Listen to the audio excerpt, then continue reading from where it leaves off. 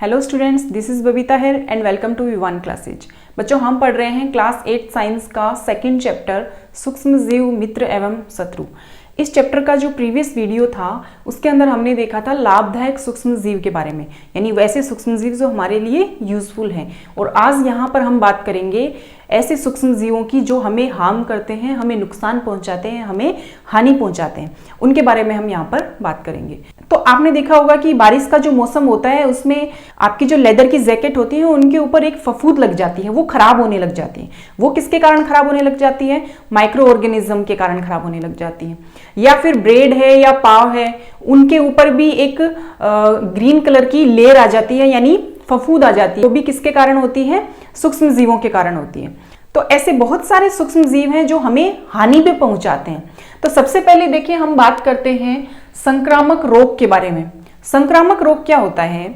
यानी ऐसा रोग जो किसी संक्रमित व्यक्ति से स्वस्थ मनुष्य के शरीर में फैलता है, वो कहलाता है संक्रामक रोग। अब कैसे फैलेगा? वो वायु के माध्यम से भी फैल सकता है, जल के माध्यम से भी और भोजन के माध्यम से भी। यानी उस संक्रमित व्यक्ति का जूठा हुआ पानी या उसका जूठा हुआ यदि भोजन हम कर लें, किसी स्वस्थ व्यक्ति के द्वारा कर लिया जाए, तो वो जो बैक्टीरिया हैं, वायरस हैं, वो उस व्यक्ति के शरीर में भी प्रवेश कर जाते हैं और वो व्यक्ति भी उस डिजीज का कारण बन जाता है, उस व्यक्ति को भी वो डिजीज हो जाती है। दूसरा, वायु से कैसे फैलते हैं? जब संक्रमित व्यक्ति है वो खांसेगा या छींकेगा तो उसके मुंह से जो ड्रॉपलेट्स निकलती हैं, जो सूक्ष्म बूंदें निकलती हैं, वो सूक्ष्म बूंदें वायु के अंदर जाती हैं और दूसरा व्यक्ति जो उसके पास खड़ा है वो जब श्वास लेगा तो वो वायु के अंदर जो बैक्टीरिया हैं, जो वायरस हैं, वो उसके शरीर के अंदर प्रवेश कर जाते हैं। तो इस तरीके से संक्रामक रोग फैलते हैं। तो देख लेते हैं इसकी परिभाषा। संक्रामक रोग सूक्ष्म जीवों द्वारा होने वाले ऐसे रोग जो वायु, जल तथा भोजन द्वारा संक्रमित व्यक्ति से स्वस्थ व्यक्ति में फैलते हैं, क्या कहलाते हैं? संक्रामक रोग कहलाते हैं। अब ऐसे कौन कौन से संक्रामक रोग हैं? जैसे हैजा है, टीबी है, पीलिया है, मलेरिया है। देखो, हैजा, क्षय रोग, पीलिया, चिकन पॉक्स, खसरा, मलेरिया या सामान्य फ्लू। सामान्य फ्लू जो हमें सर्दी जुकाम हो जाता है, कोल्ड हो जाती है, वो सामान्य फ्लू के अंतर्गत आता है। तो आपने अपने घर में देखा होगा कि आपके घर में किसी एक मेंबर को यदि कोल्ड हो जाए, जुकाम हो जाए, तो आप देखते हैं कि धीरे धीरे वो घर के सभी सदस्यों में फैल जाता है। क्यों फैल जाता है? क्योंकि हम सब एक जगह इकट्ठे रहते हैं। तो एक व्यक्ति को जब कोल्ड हुआ है तो क्या करता है? वो खांसता है, छींकता है, तो उसके मुंह से जो ड्रॉपलेट्स निकलती हैं वो पास में बैठे दूसरे व्यक्ति के शरीर के अंदर श्वास के थ्रू चली जाती हैं और उसको भी कोल्ड हो जाता है। तो इस तरीके से ये क्या है? एक संक्रामक रोग है जो बहुत सारे ऐसे सूक्ष्म जीव हैं जो इनको फैलाते हैं। अब बात करते हैं रोगवाहक की। रोगवाहक क्या होते हैं? मतलब इन रोगों का वाहक कौन कौन होते हैं? रोगों को एक व्यक्ति से दूसरे व्यक्ति के पास ले जाने वाले कौन होते हैं? तो सबसे पहले तो जो सबसे अच्छा वाहक होता है, जो सबसे ज्यादा रोगों को फैलाने वाला वाहक होता है, वो होता है घरेलू मक्खी। घरेलू मक्खी क्या करती है? किसी दूषित भोजन पे या किसी कचरे पे वो बैठती है और वहां से आकर वो हमारा भोजन यदि खुला है तो वो हमारे भोजन के ऊपर बैठ जाती है और उस बैक्टीरिया या वायरस को हमारे भोजन के ऊपर छोड़ देती है। वो भोजन जब हम ग्रहण करेंगे तो हम क्या हो जाएंगे? बीमार हो जाएंगे। तो जो घरेलू मक्खी है वो सबसे ज्यादा रोगों को फैलाने के लिए वाहक का कार्य करती है। दूसरा देखिए, मादा एनोफिलीज मच्छर। मादा एनोफिलीज जो मच्छर है वो भी वाहक का कार्य करता है। मलेरिया एक डिजीज है, उसका रोगजनक क्या है? उसका रोगजनक तो है प्लाज्मोडियम, और उसका वाहक क्या है? प्लाज्मोडियम का वाहक क्या है? मादा एनोफिलीज मच्छर। तो प्लाज्मोडियम जो है उसके वाहक का कार्य करता है मादा एनोफिलीज मच्छर। यानी कोई मलेरिया से संक्रमित व्यक्ति है, उसको यदि मच्छर ने काटा और वो मच्छर किसी स्वस्थ व्यक्ति को काट जाए तो वो भी मलेरिया से ग्रसित हो जाएगा। इस तरीके से मादा एनोफिलीज भी क्या करता है? वाहक का कार्य करता है। दूसरा हम देखते हैं डेंगू।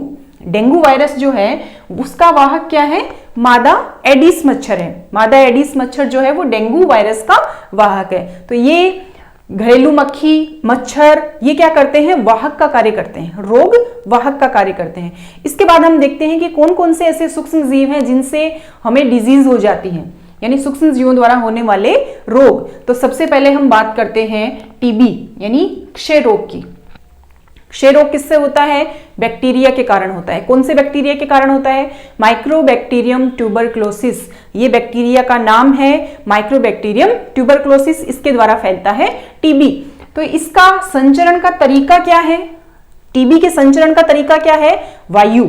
जैसे मैंने आपको पहले भी बताया, जब व्यक्ति खांसेगा या छींकेगा तो उसके मुंह से निकलने वाली जो ड्रॉपलेट्स हैं उनके अंदर जो बैक्टीरिया हैं वो किसी स्वस्थ मनुष्य के शरीर में प्रवेश कर जाते हैं बाई एयर, यानी वायु के थ्रू वो किसी व्यक्ति के शरीर के अंदर प्रवेश कर जाते हैं। तो इस तरीके से ये डिजीज उसको हो जाती है।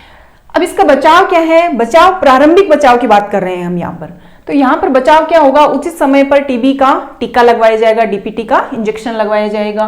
रोगी को स्वस्थ व्यक्ति से अलग रखना, यानी जो रोगी है उसके द्वारा यूज में लाए गए कपड़े हैं, वो जिन बर्तनों में खाना खाता है वो बर्तन हैं, इन सबको अलग रखना। ये क्या है? प्रारंभिक बचाव है। तो इसके लक्षण क्या होते हैं?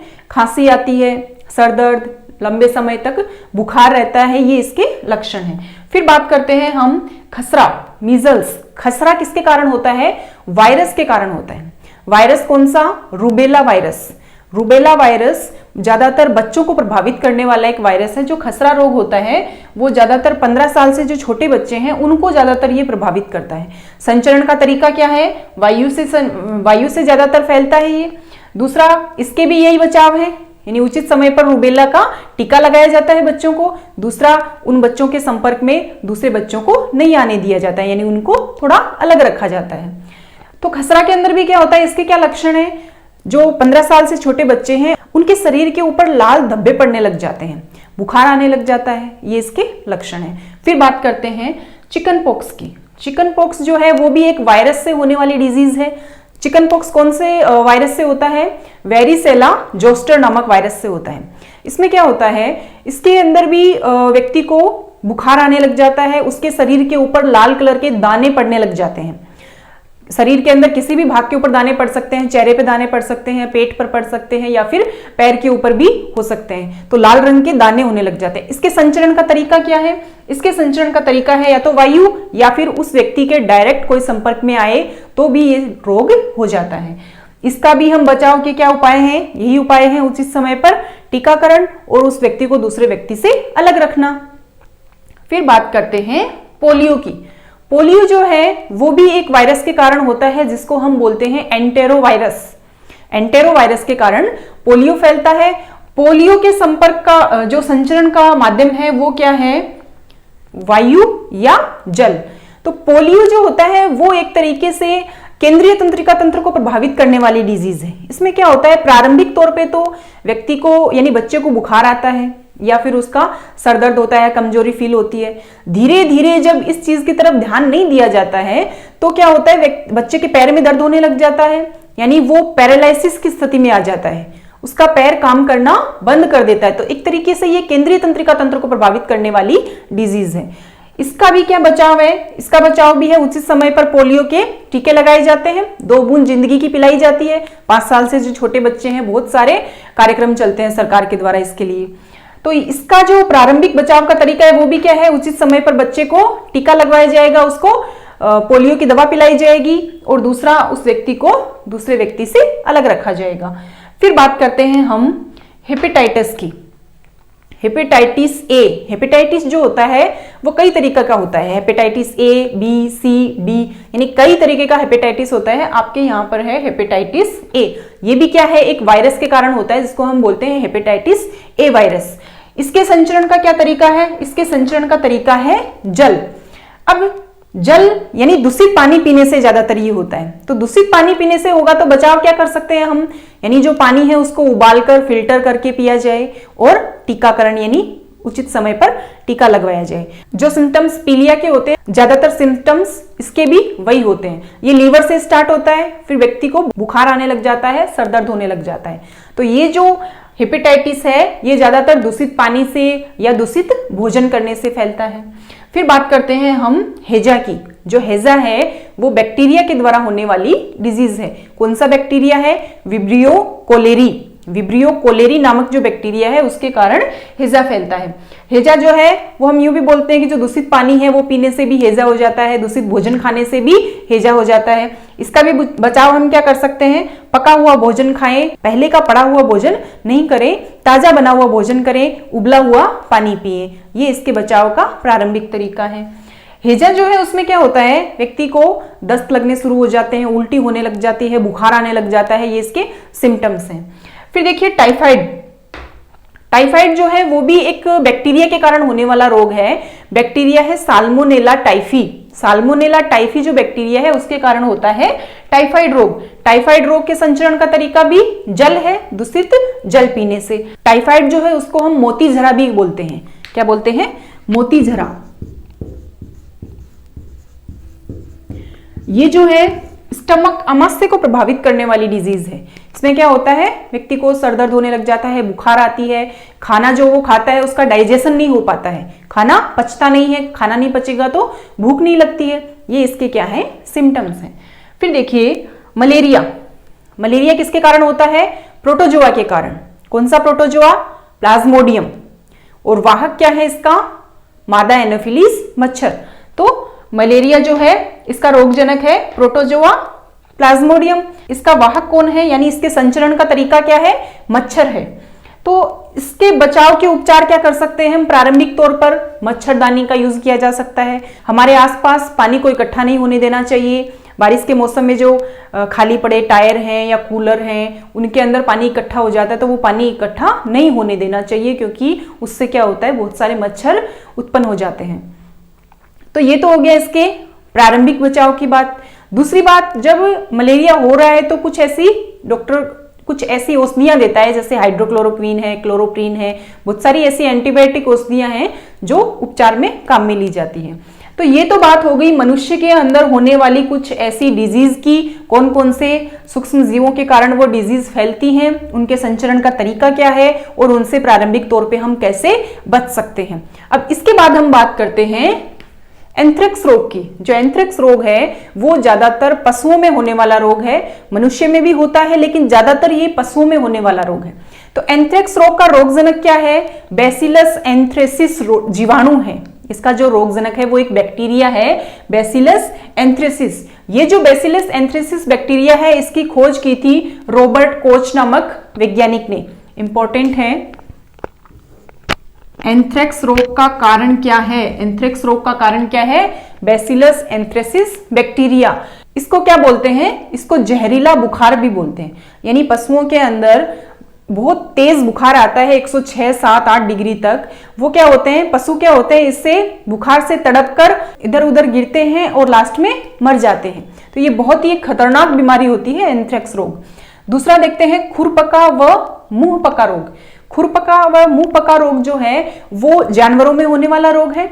ये किसके कारण होता है? वायरस के कारण होता है। इसमें क्या होता है, जो जानवर है जैसे गाय है उसके मुंह में या फिर उसके पैरों के ऊपर छाले पड़ जाते हैं और जब वो चलती है तो वो छाले फूट जाते हैं और उनसे खून आने लग जाता है। तो ये जो खुरपका व मुंहपका रोग है इसमें क्या होता है, गाय के मुंह व पैर में छाले हो जाते हैं और उनसे खून आने लग जाता है।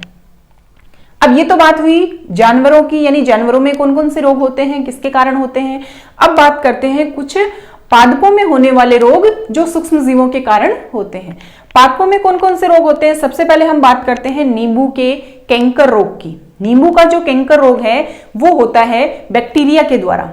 बैक्टीरिया के द्वारा होता है। इसमें क्या होता है, इसके अंदर जो नींबू का जो पौधा है उसकी पत्तियां पीली पड़ जाती हैं और जो नींबू लगते हैं उस नींबू के ऊपर भी आपने देखा होगा भूरे कलर के दाने से आते हैं। कोई नींबू आप लेके आते हैं उसके ऊपर भूरे कलर के दाने से आ जाते हैं, तो वो क्या होता है, नींबू का कैंकर रोग होता है। उसके संचरण का तरीका क्या है, वायु के माध्यम से जो ये बैक्टीरिया है ये एक प्लांट से दूसरे प्लांट के ऊपर चले जाते हैं।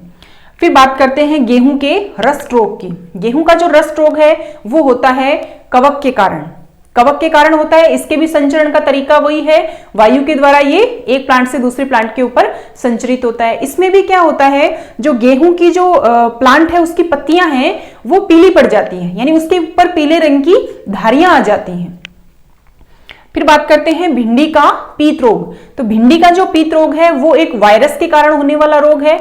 इसका जो संचरण का तरीका है वो होता है कीट, यानी एक प्लांट से कीट जो है वो उस वायरस को दूसरे प्लांट के ऊपर ले जाकर छोड़ देता है, जिसके कारण एक प्लांट से दूसरे प्लांट में ये रोग हो जाता है। इसमें क्या होता है, इसके अंदर भी भिंडी का जो प्लांट है उसकी पत्तियां पीली हो जाती हैं, पत्तियां पीली हो जाती हैं और एंड में पौधा नष्ट हो जाता है। तो ये कुछ ऐसे सूक्ष्म जीव हमने पढ़े हैं जो मनुष्य में, जानवरों में और पादपों के अंदर बहुत सारी ऐसी डिजीज फैलाते हैं, जिसके बारे में हमने यहाँ पर देखा है। तो आई होप आपको बहुत अच्छे से समझ आया होगा। इस चैप्टर का जो नेक्स्ट पार्ट है वो हम हमारे नेक्स्ट वीडियो में पढ़ेंगे। तो सबसे पहले तो आप इसका स्क्रीनशॉट ले लीजिए और इसको अपनी नोटबुक के अंदर उतार लीजिएगा। तो बच्चों, यदि आप हमारे चैनल पे नए हैं तो इस चैनल को लाइक कीजिए, सब्सक्राइब कीजिए और अपने दोस्तों में शेयर कीजिए। यदि आपको कोई इस टॉपिक से रिलेटेड कोई भी समस्या आती है तो आप कमेंट बॉक्स में कमेंट कर सकते हैं। आपके हर क्वेश्चन का जवाब आपको जरूर मिलेगा। Thank you. Keep study.